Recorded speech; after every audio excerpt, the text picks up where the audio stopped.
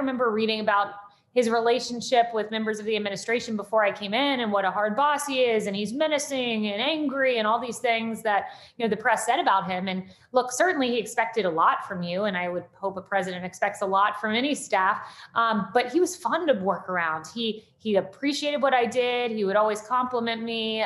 So it was kind of like a father-daughter situation, and that I could tell he really cared about me as a person, still does. And, I loved him. He was a great boss.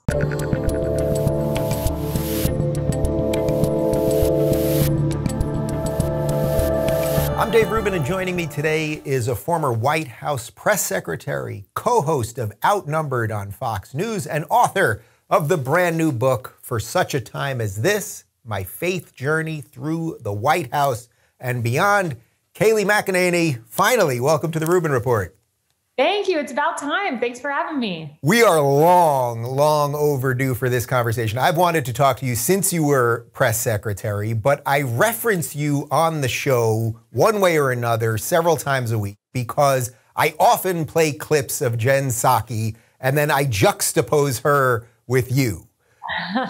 But before we get to that, because I'm sure we'll have plenty of that type of stuff, can you tell me a little bit about your bio, which is partly what the book is about, just what kind of led you to becoming somebody that became press secretary, and then we'll get to the last couple of years.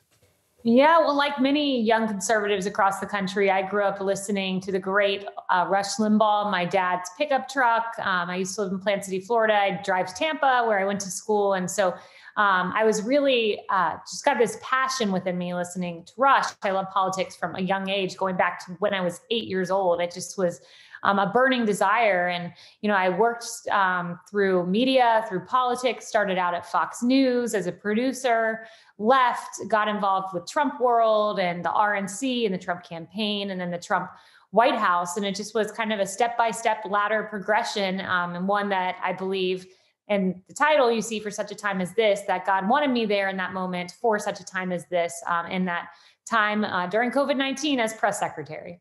So you were a conservative, basically from 8 years old and on. Oh, yes. Born and raised a conservative. It always made a lot more sense to me than the other side.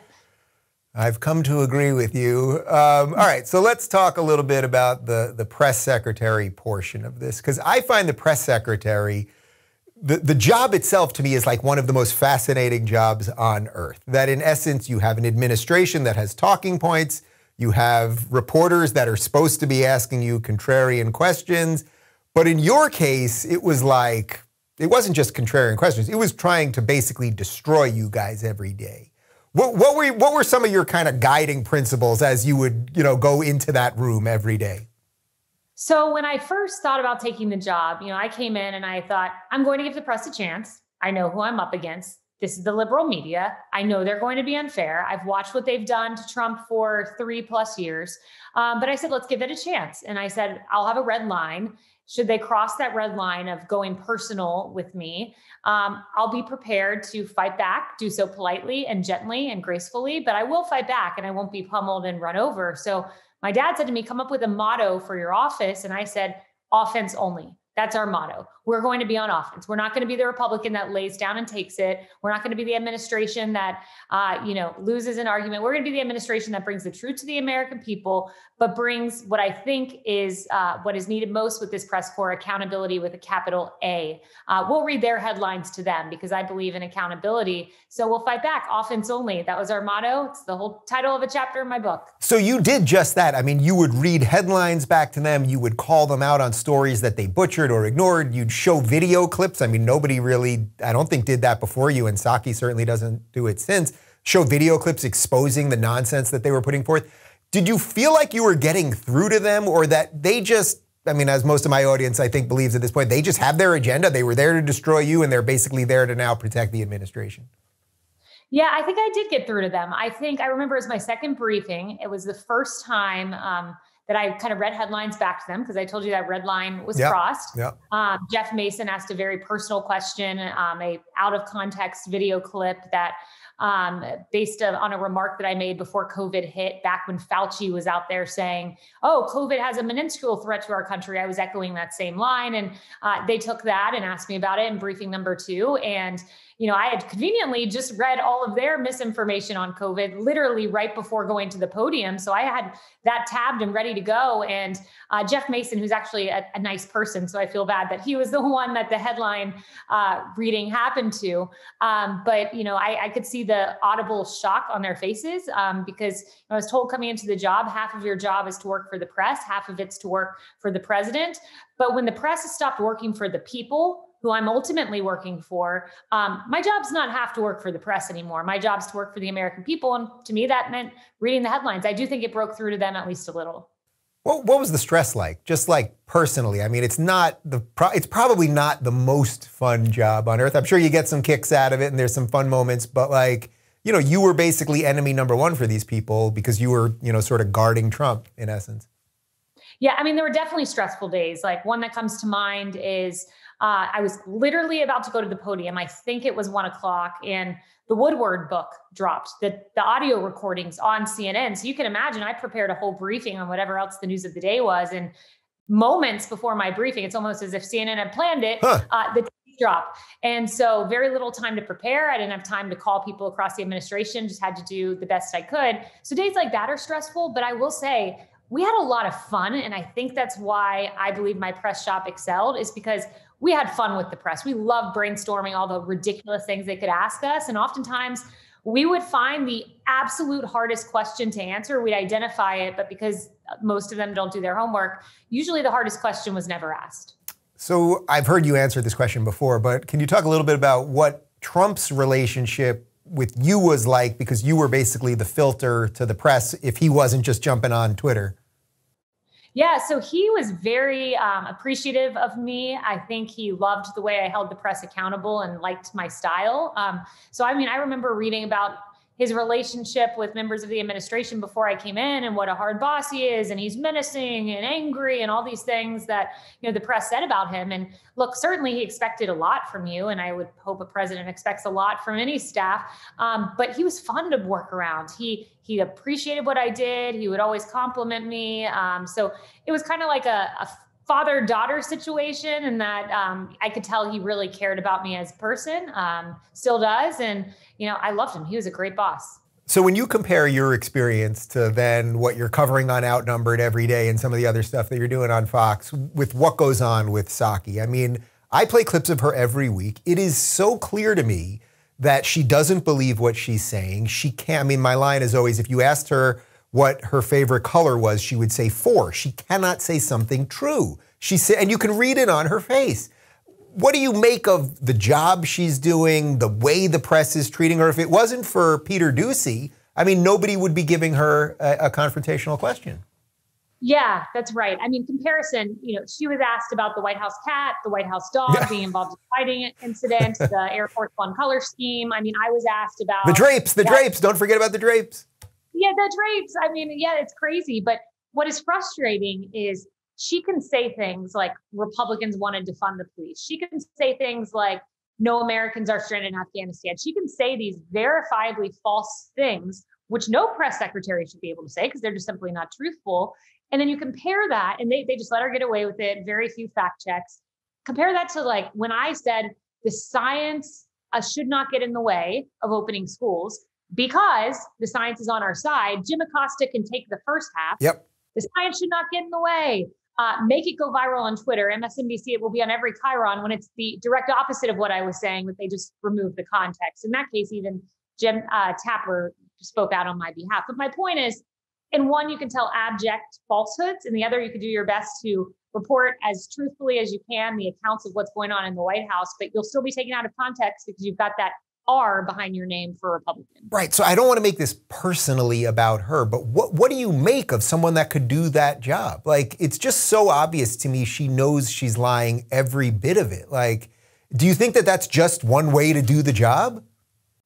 Yeah, I think if you're a Democrat, it's a very low bar. So Jen Psaki can go out there, I think, and she can say, the sky is red, the grass is blue, And the street I just drove down today was purple, and the press will just not blink an eye. You know, they sing happy birthday to one another. So that can tell you a whole lot. I think there were baked goods transacted, I believe, I could be mistaken, during one briefing. So I think she gave them cookies or something. But my point is, that's the kind of cozy, coddling relationship, which, you know, I had diplomatic relationships with like some members of the press, like who are great, like Steve Holland's a great example. But by and large, I don't think Jim Acosta would be singing me happy birthday, or Caitlin Collins, or anyone like that. For the record, that was the most depressing singing of happy birthday that I've ever heard in my life. I mean, that was real. They did not have their hearts in it. What do we do? What do we do about the press? Because I spend more of my time, I think, talking about the press and the mainstream media more than I do about politics specifically. I actually find that far more interesting. It's like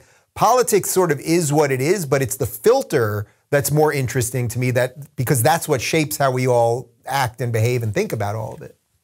Yeah, it fascinates me. I think, you know, one of, I guess, my deep frustrations is the fact, you know, I brought accountability from the podium. I obviously had a massive platform to do it. You know, CNN and MSNBC had to report on the things I was saying, even if they contorted it. But now, you know, being in the private sector, the megaphone's less, and it's easy you don't have a Republican press secretary to let go all of these stories that have been proven false, that day in and day out. I told the press till I was blue in the face, no, Trump, there were not Russian bounties on the heads of troops in Afghanistan that Trump ignored. No, he did not gas and pummel protesters to take a photo shoot at the church. These things have now been proven false, but there's just virtually no reporting. There's no megaphone like the White House podium to shout that these narratives are false. But I think the best thing viewers can do is share with your friends, hey, no, that Lafayette Square thing, yeah, that didn't happen. It wasn't as reported. The inspector general found otherwise. The COVID lab leak theory Trump was so crazy to proffer, in fact, now looks to be true, so, or at least plausible. So, you know, I think we've got to have accountability even in the aftermath. And that means all of us using our tiny megaphones to create a very big one. Did any of the lies get to Trump? I mean, the very fine people one, to me, that's what Joe Biden used in his campaign launch video, that Trump defended the neo-Nazis. And it's like, no, he literally said, I am condemning the white supremacists and the neo-Nazis. When he said fine people, he meant fine people on both sides of the debate about statues, generally speaking. Did any of that get to him, or he was just like, that's what it is? Yeah, I think, you know, he's so used to, at this point, you know, 4 years in, he was so used to the tired, old, false, defamatory labels of you're a racist, you're a bigot, all of this. Like, he was used to those narratives. I think the only time that I really saw something get to him, and I'm sure that got to him in the raw heat of the moment, you know, years prior before I came. But the one thing that I saw really get to him was when there was the reporting from the Atlantic that Trump had called our fallen heroes, our fallen military men and women, suckers and losers. It's the one time I saw a negative story just become an obsession of his, because it was just so not true, so deeply hurtful. He kept saying over and over again, what kind of monster would do that? We had 24 sources on the record with their names on it saying this was not true. But they ran with the egregious lie because they were trying to cleave away the military base that is strongly supportive of Trump away from him. So, you know, his taxes, that rolled off of his shoulder. He didn't care. The New York Times hit pieces about his taxes, but he did deeply care about that one. In retrospect, now that he's not president, do you guys think that there were mistakes made along the way, or that you could have done something different in messaging or anything like that?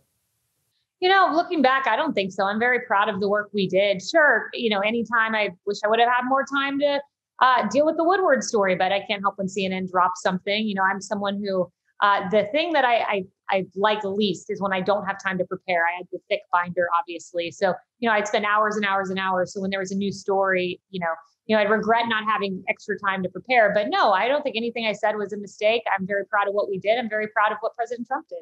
How is it for you being on the other side now? I mean, now you're on a daily show for an hour. I go on every couple of weeks. You get to fully share your opinions that I assume you don't have to run by anybody else. And you're obviously pretty uncensored as is. But just being in, now you're in the media. You used to be on the other side. Now you're in the media. How's that shift been for you?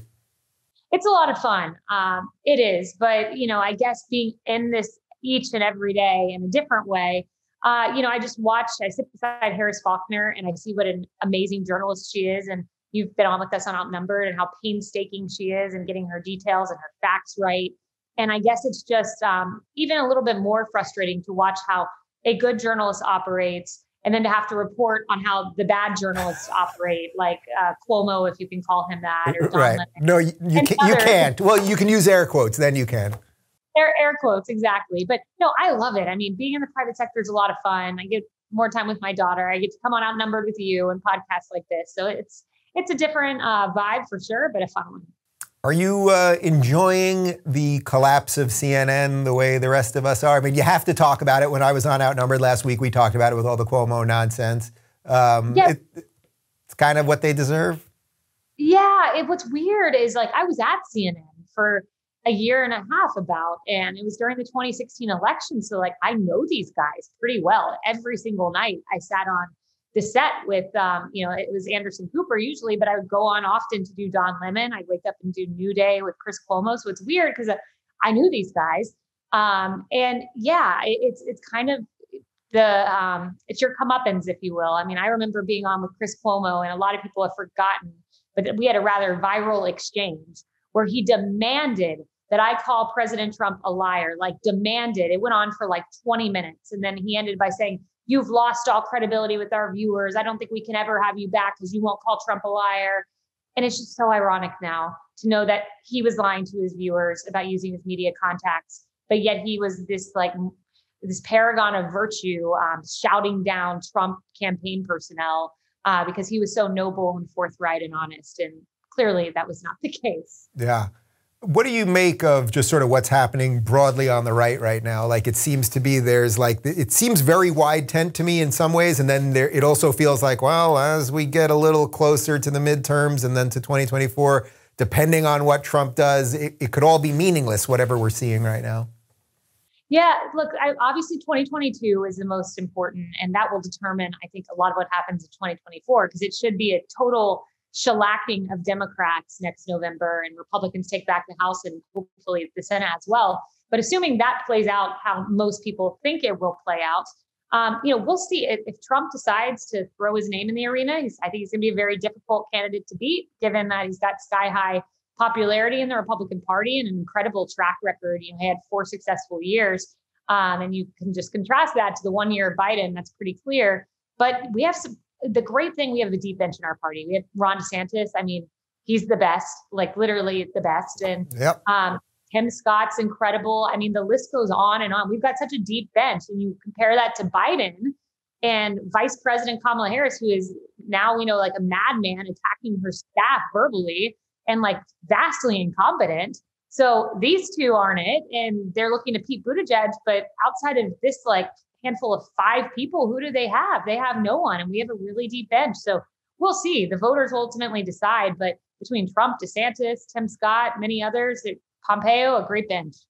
So I've been asking everybody this, but are you surprised how quickly this thing got so bad? I mean, we're only 11 months into this, and supply chain shortages, obviously all the stuff with COVID, mandates, just, gas prices, inflation, the whole thing, like across the board. I just don't know where you could point to something and be like, oh, no, it is going well.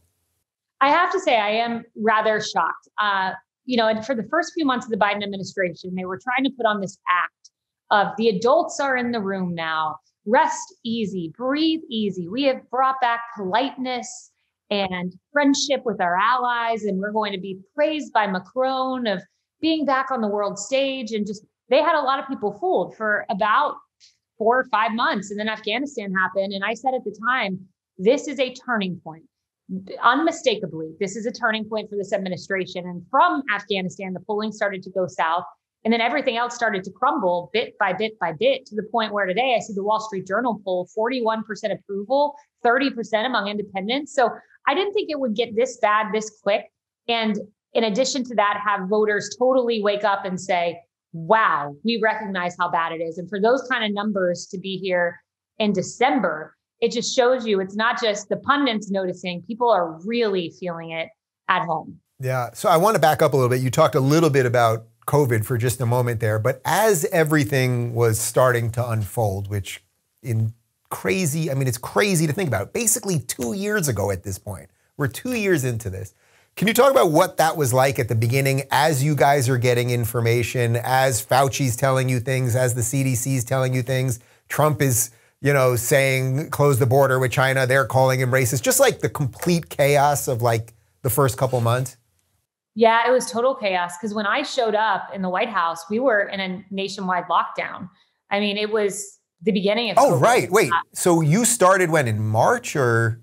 Yeah, I started, I think it was technically April. In April. I got appointed, but yeah, April. So yeah, nationwide lockdown. It was kind of jarring, certainly jarring. And I can tell you this, like no one wanted to not be in a lockdown more than President Trump, the businessman. It was literally killing him having to do this.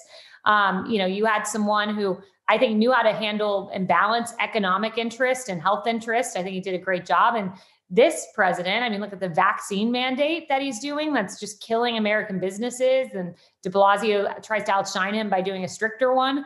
It was definitely strange to be in there, I will say, at that time. But I think the president did a good job. He doesn't get a lot of credit for it. I mean, I was there and Jared Kushner told me, there was a point where like we were scared, are there enough ventilators in this country? Imagine the thought of having to ration ventilators. But the way that Jared Kushner and President Trump were able to mobilize the private sector to, we not be so dependent on foreign countries, but mobilize it, jumpstart it to where we didn't have a ventilator shortage. We ended up getting N95 masks and respirators. And we were able to use a businessman and the ingenuity that comes with that to escape some rather scary scenarios that it's hard to imagine it could be worse than the number of people who have perished already. But I think it could have been worse if not for the ingenuity of some of the great people in the administration. Did you have reservations about Fauci and the CDC and the NIH and everything, like as they were first giving you all the information? Because if you look back 2 years ago, everybody, myself included, we were all listening at the beginning. Like everybody was like, yes, I'll wash my bags when I come home from the supermarket and I'll put gloves on when I go to Costco. Like we all did all of the stuff, which in retrospect, for me at least, seems completely ridiculous at this point. Yeah, in retrospect, it does. I mean, I think, as you said, when I first got in there, we had the coronavirus task force led by Vice President Pence, and Fauci would give his opinion and Dr. Birx and, everyone would give their opinion, and you're just trying to take in information and consume as much as you can. So I think, for me early on, I was just taking in the information, getting the words of doctors, comparing what Azar was saying to Birx, to Fauci, to, the different people who had stakes in the game, FDA, Dr. Hahn. But I mean, I think it became alarming to me when Dr. Fauci, you'd get the media lineup and this man would be on like 1,000 different things and like Facebooks. And I'm like, how does he have time for science when he's literally doing like a Facebook Live right now with some person? And I think the level of media that he was doing, and I get that getting scientific information out there to the public is important and part of the job, but I don't think it should be all the job. And he was doing a whole lot of media and contradicting different people in the administration, and it just kind of became a headache. What do you think we should think of him at this point? What do you make of him? I mean, 2 years in, it doesn't seem like it's going that well, according to them. I will say I don't know that I was shocked per se, because I think a lot of Dr. Fauci's kind of undoing of public trust came in the aftermath of the administration, not so much, right when I was there. Because as you said, we were all just taking in the science at that point. I think as we've had time away from it, we can see, okay, wait, he was no mask, then he was one mask, then he was two masks, then don't mask if you're vaccinated, now back to one mask. And we can all know that that doesn't make sense. And then I was just very alarmed when I see him have these exchanges with Rand Paul about gain of function research, only to find out in his emails, he was talking about gain of function research. And, I'm paraphrasing and very broadly summarizing it here. He argues he was not. But I think as that came out and we started to see some of those emails, all the pieces kind of fit together as to who Dr. Fauci was and is. And he has some real questions to answer about what he told Congress. Do you think it matters if you lie to Congress anymore? I mean, there's so many instances of high-level people lying to Congress, whether it's, Zuckerberg or Jack at Twitter talking about shadow banning or algorithmic tricks or whatever else, or the former CIA director, we don't spy on Americans wittingly, as he's scratching his head because he knows he's lying, or Fauci with some of the gain of function stuff. Like, do you think does the system function well enough to do anything if you actually lie to Congress? Well, I mean, in effect, it matters if you are a person on the right. If you're Michael Flynn, and I talked about his case a lot at the podium, if you're Michael Flynn, the national security advisor, and the deep state doesn't like how you operate, they can corner you in your office, not tell you to get a lawyer, and essentially try to prosecute you and use a statute that they've not used to prosecute anyone before. I think it was the Logan Act. I mean, this is just incredible stuff. But if you're Dr. Fauci or several of the other people you named, then yeah, it does matter. And it shouldn't, there should be one standard. But yeah, I mean, Fauci's got to answer those questions. He argues it was not gain of function research, but Rand Paul says it is. Yeah. All right. So let's shift a little bit to the book, because I like the title. For a time such as this, it's like we are living in extraordinary times. People think it's a Chinese, it's a curse in essence. May you live in interesting times. People think that's a good thing, but they sort of mean it as a curse.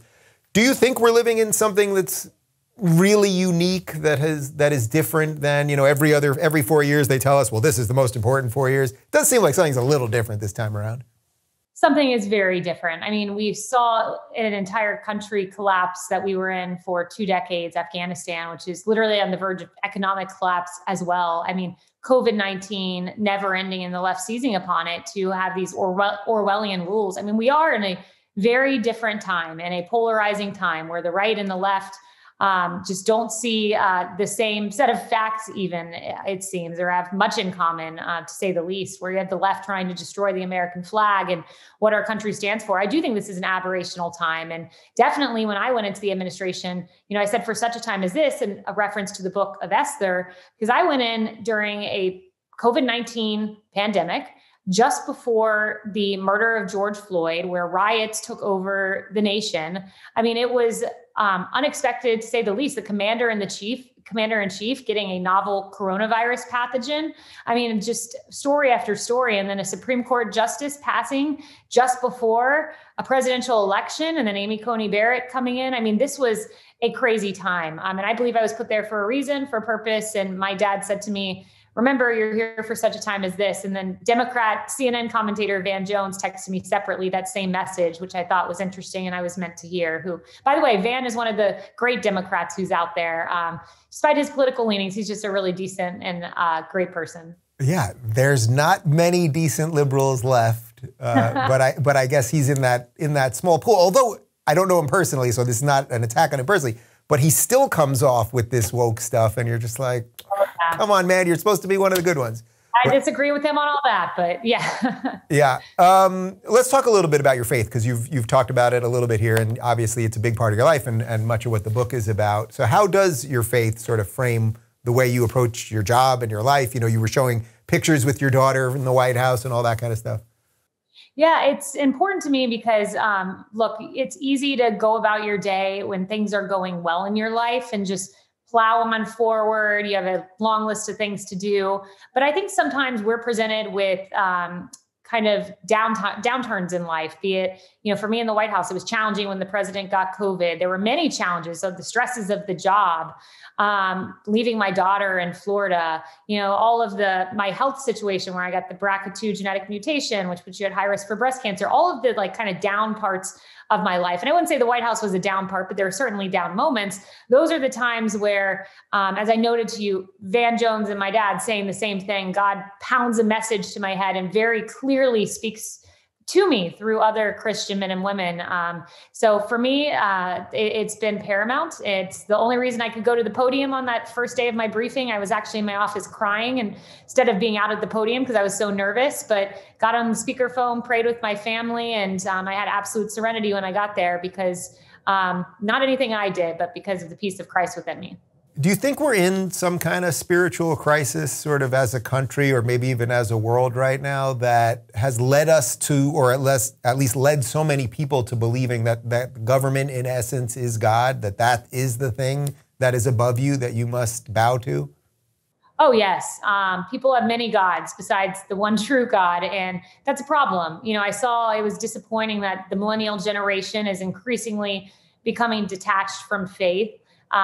Fewer people are going to church.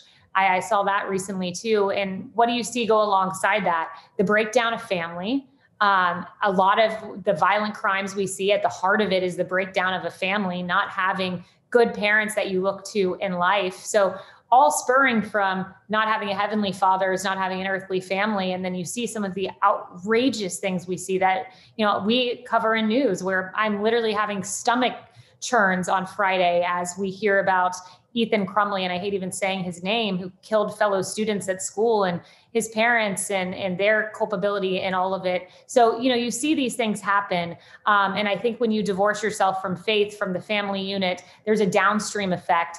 And some of the craziness we're seeing and questioning Darrell Brooks driving into a crowd of people at Waukesha, it stems from something so much bigger, and I think certainly spiritual. And those are just the downstream effects. Yeah. What do you think we do about that?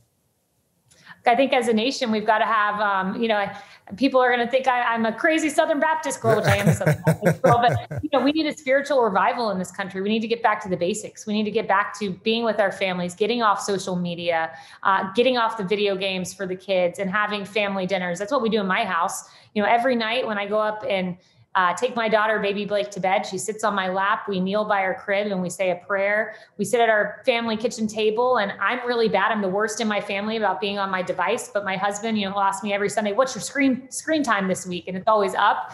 But we put that aside, and then we have our family dinners. And I think if every family got back to those basics, and we just had basic kindness where we complimented other people and tried to see the best in people rather than looking at the viral Twitter trolls and giving them outsized space in our minds, it'd go a very long way. Is there a role for government in any of that stuff? Because, you referenced earlier when Biden came in, he kept saying, we're going to heal now. And it's like he meant, he was saying HEAL, but he really meant HEEL, that we were all going to heal to him and bow to him. Could we use is there anything government could do to foster a little bit of that, or has the ship just sailed on that, do you think? I mean, that's a great question. Ultimately, I think it's a question that's so much bigger than government. I mean, Biden, as you noted, he came in and he said unity like 10 times in his speech, and he's been the most non-unifying president, like attacking Trump people and Republicans. And just, I think he's been caustic. He's made the divisions worse. I don't know. I don't think that there's really a place for government. I mean, certainly, what Trump did, creating opportunity zones, helping to ease people's economic burdens, that helps in some way. But ultimately, I think it's a question that's so much bigger than government. Not all of our answers lie there. Yeah. What else? So faith, politics, what else? And family obviously is very important to you. I mean, what else interests you these days? Like when you wake up and, you got to do the Daily Show and do the hits and all that, what else is kind of on your mind? Polling. Does that make me boring? It's weird. I love, I don't know if you're this way, but I certainly am, like where my job is my passion. So like when people say, what's your hobby? Like my husband's an avid duck hunter. And I had to interview with the Duck Dynasty guys today, which was a lot of fun. Nice. But he has a hobby, but like my hobby is my job. So, I mean, outside of like watching bad TV sometimes, like, I don't know, The Bachelor or something. I mean, I love my job. I eat and breathe it. And my family, as you noted, love going to the beach. I'm a Florida girl, born and raised, still am a Florida girl. And, outside of that kind of stuff, I got to tell you, I love polling. I love watching the Biden numbers go down. I hate it for our country. I don't want our country to be going in the wrong direction. But if Biden's polling numbers are going down, I enjoy watching accountability. So as a Florida girl who now is up in New York for your Fox gig, so you're really living in two very, very starkly different places. How much do you see that just in terms of interacting with people and just the day-to-day life that when you're in Florida the way it is versus how it is in New York? Yeah, it's interesting going back and forth because I'll never forget the first time I came to New York. After a long while, I used to come here a lot on the campaign because this was obviously the center of the media universe. So I would come and do interviews. But when I went to the White House, you get on Air Force One, you drop down into a city, you don't leave the airport. He was doing hangar rallies. So, for more than a year, I had not been in New York. And, I had been in Florida where it's an open state. People were out at the beach. People were being normal. People were walking around and talking. Even at the beginning of COVID, when we were in lockdown, people were still going outside. We obviously wouldn't go breathe on each other, but people were going outside and walking their dogs and saying hi to the neighbors. And, it just was friendly. Businesses didn't shut down for the most part. There was a slight shutdown of restaurants and hair salons and whatnot. But generally speaking, it was normalcy. And then I flew up to New York with my husband, got on an airplane, and they were like, here, you got to fill out these forms. And I was like, forms? What forms? And the forms were like writing down your COVID symptoms. And I landed in New York, and it was just like desolation and cold. And it was just like such a contrast. And this was more than a year into COVID-19 that I made this New York venture. And just the contrast, I mean, which world do you want to live in? I think the answer lies in the fact of how many people have fled New York to go to the great state of Florida. Yeah, I wonder, was that the same day we met for the first time? It was the debut night of Gutfeld. I hadn't been in New York City since COVID had began. I remember the streets were desolate, cops everywhere, barricades everywhere. We met in the green room, and then they wouldn't powder me because of COVID, but you were a Fox employee, so they were willing to powder you. And I was just like, it's all crazy at every possible level. Every possible level. Yeah, it certainly is. And then you couple that with, then I started coming back to New York regularly for Outnumbered. And you couple that with the crime. I mean, my goodness, like we report on it. And then you also live it when you walk the streets, and just all of my colleagues and friends, one girl had been mugged, she said, in a very, nice part of Manhattan. And gosh, Columbia, a young man just killed by a knife wielding crazy person, murderer. I mean, it's just absolutely nuts. And I know you see it when you come. I mean, it's crazy. It's gotten a little better because it's the holiday season and people are walking around, but by and large, it's just a different Manhattan than the one that I was in several years ago. Yeah, you mentioned DeBlasio before. I mean, can you believe the blaze of horror that he's going out in now with these mandates? It's like as you said, he's now doing more draconian stuff than even Biden. I mean, the federal court actually stopped Biden's mandates as we're taping this today. But now DeBlasio is coming in with even more for New York City. Yeah, and it's harsher, it's worse. So Biden said, okay, I'm going to target bigger businesses, 100 employees or more, which isn't necessarily a massive business, but I mean bigger. And then he says, I'll give you 4 months to get vaccinated. And then this guy, DeBlasio, says you have till December 27th. And both mandates are bad, but the DeBlasio one says kids have to be vaccinated. And look, I was a part of Operation Warp Speed. I'm vaccinated, but the notion that as a parent, you would force me to vaccinate my 5-year-old. So it's not just me, but you're forcing me to do it to my child. And if my child's not vaccinated, they can't participate in certain sports. I mean, are you out of your mind? This is so over the top overreach. I've got to think it's posturing for a delusional Bill de Blasio who thinks he somehow has presidential hopes. Right. So what are you going to do? I mean, your daughter's young yet. She's not in that 5 to 11 or whatever the youngest range is at this point, but like, what would you do when you have to cross that moment? Yeah, I don't know. I guess we'd have to see where we are several years from now, but most kids are totally and completely asymptomatic. So the choice is, when I vaccinate my daughter against measles, mumps, rubella, you think of an absolutely dire outcome that you're avoiding by a vaccination. And yes, certainly there have been children who have succumbed to COVID-19, but it is very small compared to the adult population. Significant, of course, always anytime a life is lost. But you've got to weigh the risks and the benefits, and the kind of calculation I'm going through.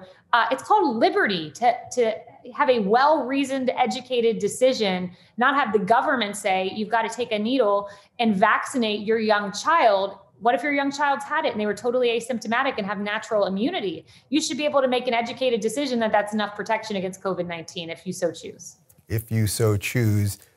Give me one other story from the book that touches sort of on what we've been talking about here. Yeah, there are a lot of good ones. I mean, I think one your viewers would be interested in is, you see Trump on the campaign trail and, he would make these proclamations like, I'm going to get out of the Paris Climate Accord. I'm going to get out of the Iran nuclear deal. And, the establishment would say, no, he can never do that. He can't do that. And then we watched him come in and do just that. And it was despite the establishment saying, you can't do that. That would be a menace. That would be a wreck. Well, I saw it firsthand. It was so cool. I go into the cabinet room of the White House, and there's just this big, I think it's like a mahogany table with all of the chairs with the cabinet secretaries' names. And in this particular meeting, I was there. Kellyanne was there. The Attorney General was there, Bill Barr, and some others. And the president's sitting there, and I'm watching this debate play out about whether the DOJ should stay in the Obamacare lawsuit, saying Obamacare is unconstitutional. And everyone's giving their 2 cents. And Kellyanne and Bill Barr said, Mr. President, I just don't think the timing of this is right. And there was an argument from some that, in the middle of a November election during a COVID-19 outbreak, you don't want to be seen as opposing a form of healthcare, however ill-conceived Obamacare was. And he looked at me and said, what are your thoughts, Kayleigh? And I said, I have to agree with Kellyanne and Bill Barr, because just politically speaking, I don't know that this makes a lot of sense. And he looked at me and said, I will always stand with my base. I will always be loyal to the promises I made to them, and I will keep them. And it told me so much about him. The guy you saw at the rally, who was so authentic, is the same guy saying the same things in the Oval Office or in a cabinet room full of advisors telling him to do otherwise. And it told me leaps and bounds about, 1, the kind of man he is, and 2, why he is such a success in the conservative movement. Was that kind of crazy to you? I always joke about it, but it was like that this orange man with crazy hair was more authentic than any of the other candidates. That if you put him next to literally any of the Democrats, you put him next to Elizabeth Warren, it's like, who's more authentic? You put him next to Pete, who's more authentic? You put him next to Kamala, who's more? It's like we all know, but yet it's such a strange comparison, I suppose. And yet that story perfectly tells it. Yeah, no, it is. You wouldn't think so. And I think initially when he was on the political scene, I was an early supporter, but I supported Ben Carson before I got onto the Trump team. But I will say, politics for so long, it was you wanted the perfect candidate you thought could relate, poll tested, Mitt Romney, who has just like the presidential look and, sleeves rolled up and, put him in a shirt that makes him look relatable to the average guy, not like a billionaire. He gets those 2 packs of shirts over at Costco. Yeah. What are they called? Not Westlake. What's that brand?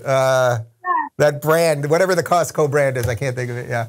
Yeah. And then you have Hillary, let's put up a woman and try to, make her drink a beer, or she took a shot or something. Like there were just these poll tested moments or focus group tested moments that's what they seem like. And then you just had Trump, who owned it. Hey, I'm a billionaire. I'm rich. That's the reason I should be elected, because I created a multi-billion-dollar business and I'm a businessman, and I'm going to wear my suit. I'm going to wear my nice red tie, and I'm going to talk about my success. And I think people just, they liked it. It's authentic, and they can see straight through the kind of mannequin politician moves that are of the pre-Trump era.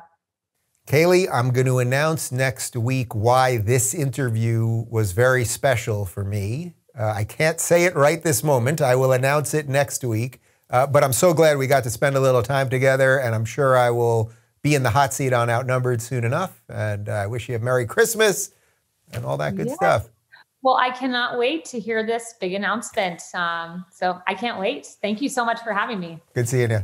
If you're looking for more honest and thoughtful conversations about the media instead of nonstop yelling, check out our media playlist. And if you want to watch full interviews on a variety of topics, check out the full episode playlist. They're both right over here.